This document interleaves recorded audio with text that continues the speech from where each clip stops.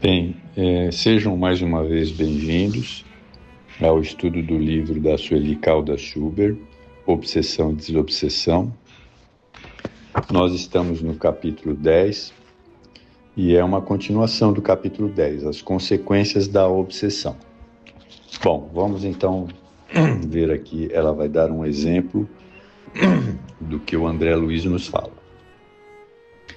André Luiz apresenta-nos elucidação a respeito, sobretudo, das enfermidades psíquicas clássicas, na retaguarda dos desequilíbrios mentais, sejam de ideação ou de afetividade, da atenção e da memória, tanto quanto por trás das enfermidades psíquicas clássicas, como, por exemplo, as esquizofrenias e as parafrenias, as oligofrenias e a paranoia, as psicoses e neuroses de multifárias expressões. Permanecem as perturbações da individualidade transviada do caminho das leis divinas, que lhe assinalam a evolução moral. Isso está no Mecanismos da Mediunidade, tá? São, pois, enfermidades da alma a se refletirem no corpo físico. Então, vejam, se nós não tratarmos uma obsessão, ela pode atacar o nosso físico. Então, por isso é que a gente precisa tratar num centro espírita, ou às vezes até envolvendo medicamentos com médicos, né? Importa deixar bem claro que não se deve confundir e generalizar afirmando que tudo é obsessão, que é provocado por espíritos obsessores. Como também não se deve atribuir as nossas dificuldades à ação dos espíritos perturbadores. E Kardec não deixou de nos advertir quanto a isso, a esse exagero tão comum no meio espírita. Nem sempre os problemas são de origem espiritual. Pode ser até mesmo um processo de auto-obsessão, como nós já vimos lá atrás, né? Também é preciso não confundir esses estados com sintonias de mediunidade.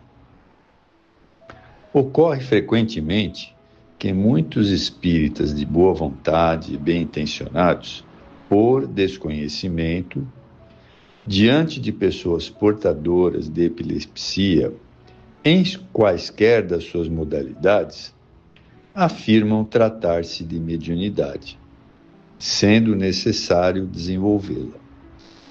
Tais enfermidades são encaminhadas, sem mais delongas, às reuniões mediúnicas, onde não somente persistem com os seus problemas, mas ainda provocam desequilíbrio nos trabalhos, já que não estão aptos a assumir as tarefas da mediunidade, que requerem disciplina, estudo e discernimento. Mediunidade não é doença, e nem os sinais da sua eclosão podem ser confundidos com enfermidades. Há que se fazer distinção entre uma enfermidade e os sintomas do desabrochar da faculdade mediúnica. Conveniente, nesses como noutros casos, cuidar-se de examinar as síndromes das enfermidades psiquiátricas, a fim de não as confundir com os sintomas da mediunidade, no período inicial da manifestação, quando o médico se encontra atormentado. É muito comum encontrarmos casos de caráter misto, onde se conjugam obsessão e males físicos. O espírito enfermo, endividado, plasma no seu envoltório perispíritico os desvios, as deformidades de que é portador. Consequentemente, renascerá em corpo físico que, por sua vez, refletirá as desarmonias pré-existentes no espírito. O codificador, ciente dessa possibilidade, aconselhava já em sua época que se deveria aliar nestes casos o tratamento magnético ao tratamento médico. O que se vê, contudo, é que muitos espíritas, ignorando as ponderações de Kardec, costumaram-se a diagnosticar apressadamente, confundindo doença com mediunidade. E como acham que tudo é mediunidade, muitos aconselham logo a suspensão do tratamento médico e da medicação anticonvulsiva, o que poderá acarretar sérios danos ao enfermo. Os remédios que controlam as crises epiléticas não podem ser suspensos repentinamente, sob pena do paciente ter o seu estado agravado. Isso é muito importante, né? Então, sempre que surgir essas dúvidas, procurar um médico. Mesmo que o caso seja misto, isto é, físico e espiritual, ainda assim não se deve encaminhar sumariamente o enfermo ao exercício das tarefas mediúnicas. Ele necessita ser tratado espiritualmente, ser orientado para os recursos que a doutrina coloca ao seu alcance e de toda a humanidade. Necessita promover a sua auto-obsessão. Como mencionamos anteriormente, se está sob o domínio de obsessores, tem o seu pensamento controlado por eles, o que é óbvio. É o principal motivo que obstará ao desenvolvimento da sua faculdade mediúnica. Vejamos um caso de caráter misto. D, que é um nome qualquer, padecia há longos anos de um processo misto de epilepsia e obsessão. Muito franzina, trazia no semblante as marcas do sofrimento. Sendo pessoa de poucos recursos, precisava trabalhar, mas, em razão do seu mal, não se estabilizava em emprego algum. Quando vinham as crises epiléticas D, que é um nome fictício, totalmente inconsciente, levava a quedas dolorosas. Certa vez rolou do alto da escada, machucando-se bastante. Em outra, estando a passar roupa, caiu e resvalou o rosto no ferro elétrico, queimando a face. Em seu corpo, apresentava sempre as contusões provenientes dos tombos de que frequentemente era vítima. Veja a que tal ponto chegam as obsessões, hein? Assim era a vida dessa moça, verdadeiro martírio.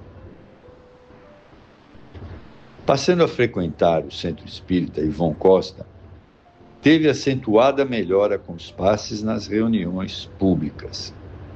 Feita a consulta espiritual, ou seja, naquela primeira consulta que todos devem fazer na orientação, né, foi esclarecido que D precisava de um tratamento médico aliado à terapia espiritual. Um médico neurologista que integrava a equipe da desobsessão prontificou a examiná-la e prescrever a medicação. Efetuados os exames, D relutava em aceitar o diagnóstico, mas acabou concordando e começou a usar os medicamentos. Pela primeira vez, as crises desapareceram. Ao mesmo tempo, era tratada espiritualmente. Constatou-se que a paciente era atormentada por dezenas de obsessores. Em encarnação anterior, havia sido pessoa de muito poder e de grande perversidade. Ante a encarnação atual, tivera outra em que renascera num corpo disforme. A existência de hoje representava o início da sua recuperação, através do ensejo de conhecer o Espiritismo e também de se mostrar regenerada aos seus perseguidores, propiciando oportunidade de reajustamento e perdão mútuo. Um número expressivo dos seus obsessores foi esclarecido em um trabalho que se prolongou durante alguns anos. Vejam que as obsessões, elas vêm de longo tempo, né? Às vezes são séculos, até às vezes milênios. Então, a gente não pode esquecer que o trabalho da desobsessão não resolve do dia para a noite, né? Ele leva um tempo para resolver, mas a pessoa precisa continuar a se dedicar ao estudo da doutrina e também continuar indo no centro espírita, porque senão tudo volta novamente. Mas continuando. Entretanto, após algum tempo de uso dos remédios, D resolveu por si só, e influenciada, é óbvio, pelos obsessores, suspendê-los. As crises voltaram, mas a doente afirmava ser o seu mal apenas espiritual. Estava condicionada a afirmativas desse teor, pois em todos os lugares que frequentara, nunca lhe haviam alertado para o fato de ter também um componente físico ao seu problema. Aconselhada pelo médico e pelos companheiros, e até pelo mentor, ela voltou a usar a medicação. Mas logo depois suspendia novamente. D, finalmente, parou por completo com o tratamento. Preferiu dizer-se obsediada.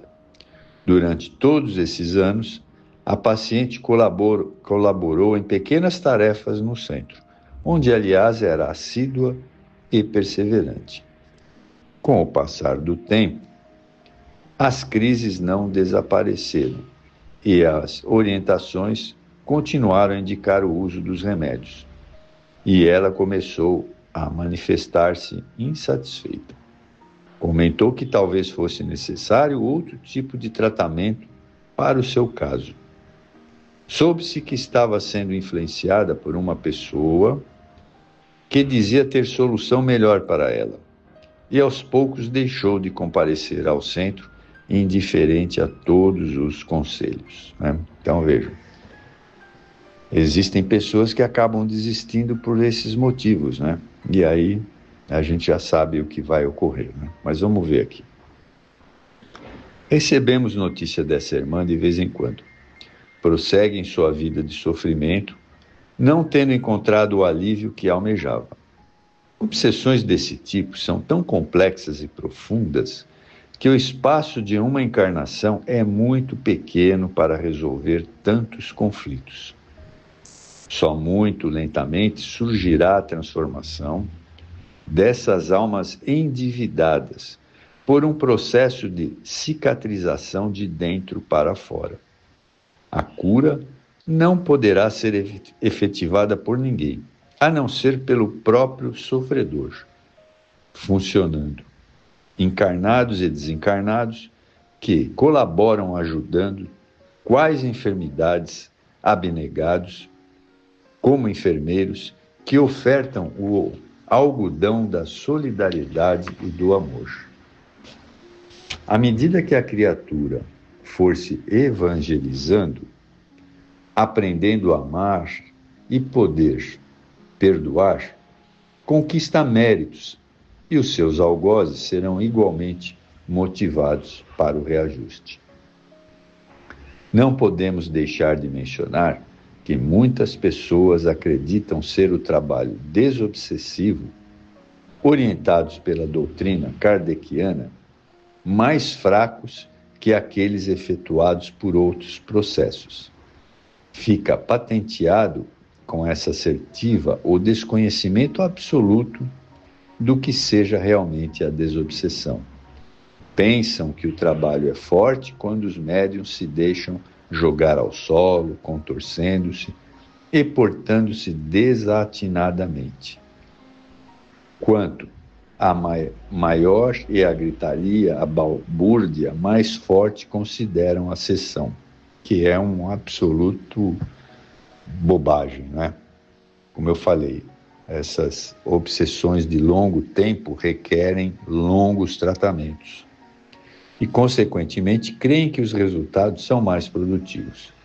Meditando sobre o assunto, não é difícil verificar a fragilidade de tais argumentos.